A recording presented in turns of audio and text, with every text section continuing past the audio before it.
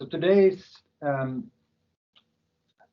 theme and what we're going to present is an example case on what Gambit Quantic has done to optimize the profitability of a producing company. We have been given 20 minutes, and we will start with a brief introduction of ourselves and the Gambit Group and Quantic.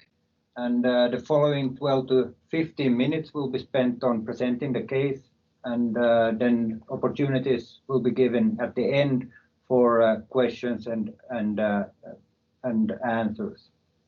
And we'll be keeping this presentation in English, but feel free to put forward questions in Finnish or English in the chat or afterwards.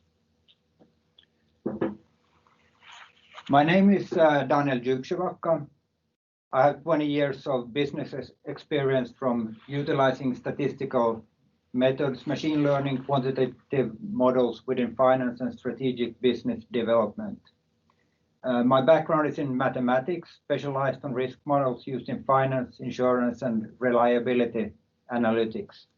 And I have also a PhD in finance and risk modeling. And I'm the chief data scientist at Gambit Quantic, which is part of Gambit Group. Yes, and my name is Lasse Forsström, and I work at Gambit as an account manager now for 4 months, so pretty new to the company, but I have a strong background in sales, and very nice to be here and talk to you as well. And if you have any questions, so feel free. Gambit was founded 10 years ago, and the company has completed over 200 projects over the years. And currently the group employs over 40 experts. Offices are located, you can see it on the map here, on an east-west axis across Finland, with a substantial portion of the Finnish industry in relative physical closeness. And Gambit offers a range of specialized services within digital services, data analytics, planning and resourcing, and has a strong focus on delivering business value, being easy to work with, and deliver on time and budget. Our reference clients consist of mid to large industries and businesses in our core markets. Gambit Quantic is Gambit's focused initiative that helps businesses to create value from data. This is done by providing services in machine learning and analytical business intelligence, combined with a strong integration capacity. So we help businesses to increase their productivity by using data.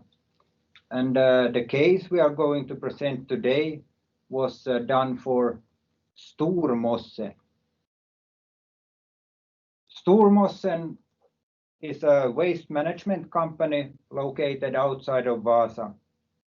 The company produces biogas from wastewater and biowaste, and it is actually one of the pioneers in the Nordic countries with respect to biogas production.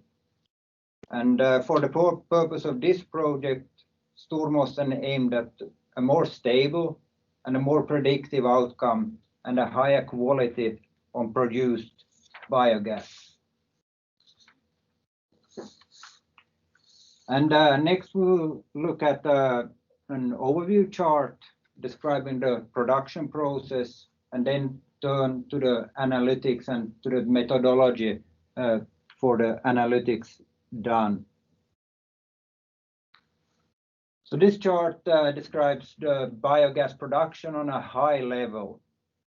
There are 4 distinct steps when turning waste into biofuel. These 4 steps are shown in the dark blue boxes. The first step is feedstock pre-processing. Wastewater and biowaste is used as feedstock at Stormossen. And during the pre-processing step, metals and plastics are removed and water is added to the feedstock. The second step in the process is anaerobic digestion in the biogas plant. And this is where the actual biogas production takes place. So bio-waste and wastewater is digested. And the digestion, eli mädättäminen, takes place in 2 airtight reactors with a total volume of over 3,000 cubic meters. From the digestion process, 2 different products are generated: biogas and digestate. Digestate is mädätysjäämä. Biogas has a relatively low methane concentration and needs to be further refined in a gas cleaning system to produce biofuel and other energy sources. Digestate, which is a second product from the digestion process, goes into an upgrading process, and compost soil is produced and sold. And the amount and quality of produced biogas is depending on an optimal process performance. This creates opportunities for data-driven improvements. And Stormossen, who runs the plant, have stored 10 years of hourly production data. And Quantic's task was to utilize that data and staff's knowledge about the process in order to help Stormossen to get a more stable production with better quality. And next we'll look at the methodology by which Quantic addressed Stormossen's needs. We started by analyzing the question, is there any potential gains in the process? And here, as an example, we have output average quality from the biogas production in blue, and that is a function of hour of the day, so the average quality per hour.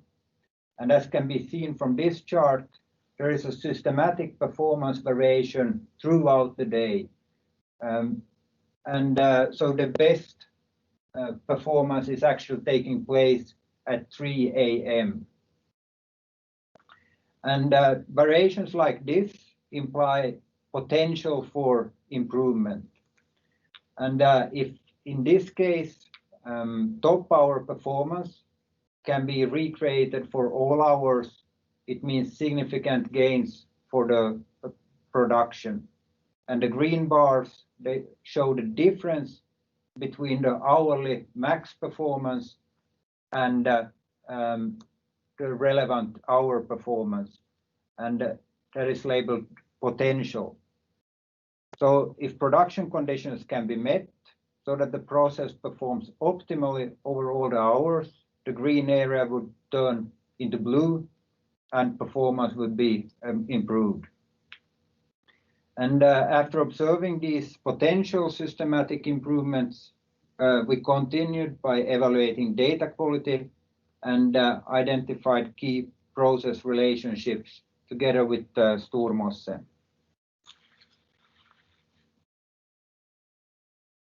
So together with Stormossen, we mapped out the production process and relevant key data. And the first step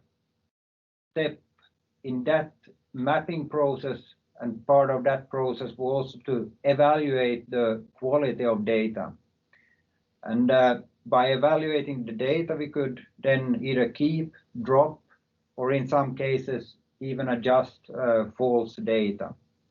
And this was done by evaluating the time series properties of the data, or by cross-checking meter points in one data set to points in another data set, and look at and evaluate the process. And in this chart, you have output amount in blue and quality of the process and the production in orange for hourly data over a period of 36 months. And as you can see here, for example, quality dropped, the orange line dropped significantly in early 2016. And by gaining understanding of the process, as well as evaluating other related parameters, we could assess whether this drop was due to a measurement error or was actual, for example. And after cleaning the data, we could further analyze the relationships in the process. We could ask, for example, is quality and amount dependent or independent of each other? Does a better quality come with a lower output or vice versa? Which one should be prioritized? Also, how is process data connected to performance of the process? What are the relevant parameters and that drive the outcome of these two measures, output and quality? After analyzing these questions and after getting a better understanding of data quality and the relationships between different parameters in the data and the process, we could then start to evaluate the performance of the process. And here we have plotted one key process parameter, which is presented in blue, and its corresponding target in orange. And the target here would imply optimal conditions. By identifying the key parameters and their optimal readings, we could start to communicate data insights to the management regarding maximum process performance, and also verify whether the data-driven insights were aligned with how they understood the process and how the staff understood the process. We also built a simulated profit loss statement where possible process changes were simulated. We wanted to know in what way a certain change in operations or business activities impacted the revenues and costs of the business. And by this we could suggest a prioritization between different possible actions, which took us to the final step.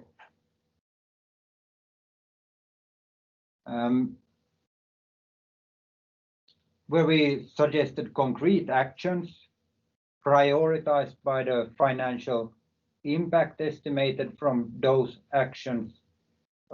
We could also develop relevant KPIs, both real-time KPIs and measures that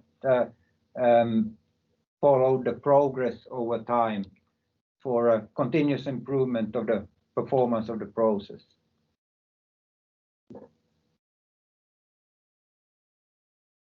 So we've looked at an example of how a producing company can utilize data and analytics in order to create value for the business.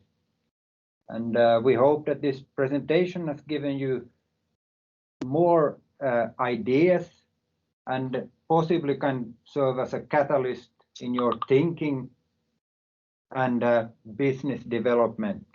And please contact us if you're looking for a speaking partner or expertise on analytics and integration.